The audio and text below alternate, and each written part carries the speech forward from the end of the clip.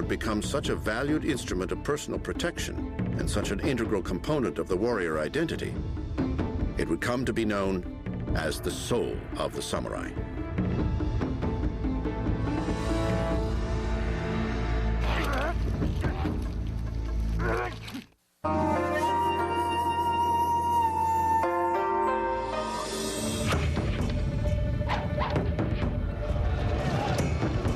The attempted Mongol invasions of Japan in the 13th century had a late developing but far-reaching impact on the political stability of the island nation.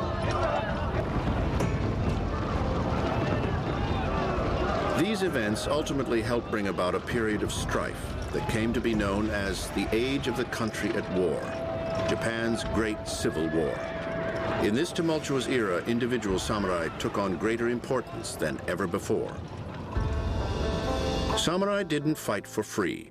They expected rewards for their efforts. After all, weapons, armor, horses, and servants were expensive. Every act required compensation. And if there was an obligation, it was for lords to adequately compensate their followers. A lord that was too stingy could not garner enough support, and the warriors would leave him. Rewards usually came in the form of parcels of captured enemy territory. But there were no newly conquered lands to be had at the end of the Mongol invasions. Indeed, there was no plunder at all. Many powerful warlords had gone to great expense to defend the country, and neither the shogun nor the imperial court offered any compensation. Resentment grew, and eventually many warlords decided that since there wasn't much reward in serving the organized government, they would do as they pleased. By the late 1400s, power had shifted into the hands of a group of major regional landowners and warlords called daimyo. When you literally translate that term, it means great name. It just means great person. And it emerges in the 1400s and really the 1500s as a title warlords give themselves. Prior to this, these influential men were happy using titles given to them by the imperial court or by the shoguns. But those days were past. You're a daimyo pretty much because you call yourself a daimyo. So it really marks the decentralization of authority that happens in the 1400s and 1500s. People aren't looking to central authority anymore to say, you get to command men. You get to command men, and you get a title because thousands of men follow you. That's good enough. The daimyo essentially became independent rulers of small autonomous states, each one trying to swallow up his neighbors. Japan entered a state of almost constant civil war that would last for nearly 100 years and affect virtually every citizen.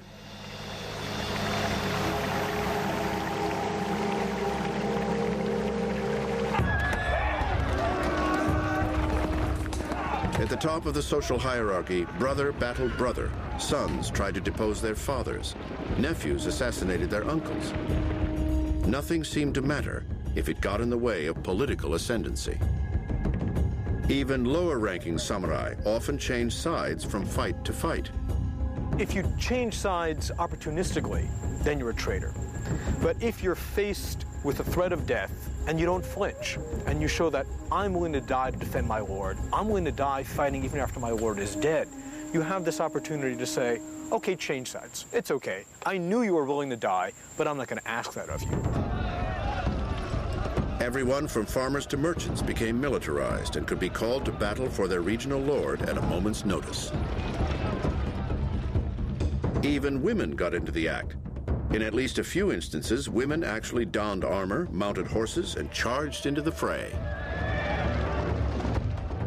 And if you think about it, warfare dominated by mounted archers is not disadvantageous to women at all, because they're light, they're agile, as long as they have the strength to shoot the bow and arrow, they can perform just as well as men. As the number of available combatants increased, a tactical revolution of sorts began to occur. Warlords began to rely less on mounted warriors and more on foot soldiers. The units were made up of peasant troops using yaris, long wooden spears with metal heads, much like English pikes. These troops moved on foot and were commanded by disciplined, mounted samurai. One thing that's really remarkable about the warriors of Japan is that they were highly literate and they would write down their accounts in battle. And particularly they write down all their wounds and damages suffered in great detail. And I'll give you one example. One warrior actually wrote that one of his samurai had been shot in the face. An arrow had gone through his jaw and lodged in the chest. An administrator looked at this and then wrote, "shallow." I assume it meant the chest, but anyway, yeah, they were very strict, as you could tell. Fighting during this period was certainly brutal, but there were rewards to be had for courageous service. Proving one's service in combat, however, often involved a particularly gruesome practice: enemy headhunting. When warriors fought in battle, they needed physical evidence of their valor. If they would kill someone, they would try to cut off the head. As soon as they had a head, they would just leave the battlefield, because they could then present this as proof of their service and demand compensation for their actions. It wasn't long before some warriors got wise and began arriving late to the fight, taking a head from an enemy that was already dead and presenting it for reward. Such fraud led to another strange practice: formal head viewings. As time passed, there's the idea that you could only get credit for the head if it was someone that you had actually killed. And so they started looking very closely to see if this head had been cut off when the person was still alive or from a corpse. As the nature of warfare changed to involve many more troops, being successful became more about logistical skill than tactical prowess. It's being able to govern an area, extract revenue, extract men, incorporate them into large armies, supply them with pikes. Large-scale warfare also led to a surge in castle building. From 1550 to 1600, dozens were built.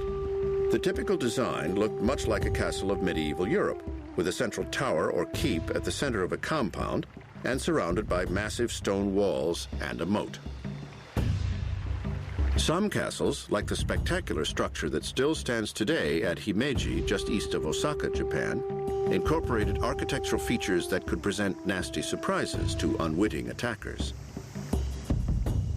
You enter a castle thinking you're taking the most direct route to the castle keep, where you'll get the enemy daimyo, and you wind up running into a blind alley, and then you find that these steep walls on either sides of you have hatchways or doors that open and people can shoot at you, they can drop boiling oil at you, and this, even strolling through with a tour guide, it's scary.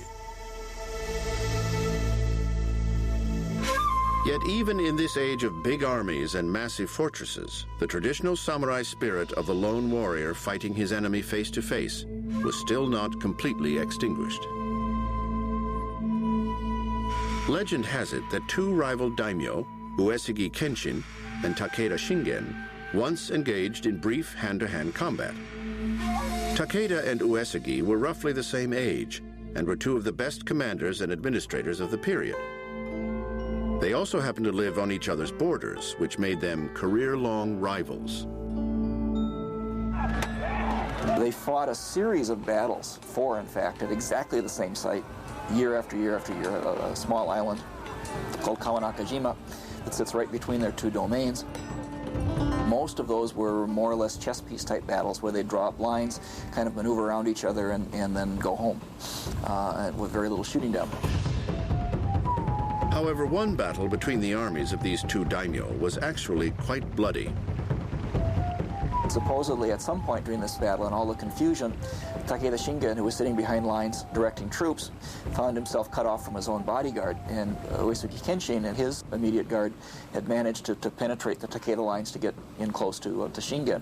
So supposedly, Kenshin came riding at Shingen, sword drawn, and tried to slash at him, and Shingen, who was sitting in a chair at the time, then blocked the sword strike with his war fan, his baton, essentially.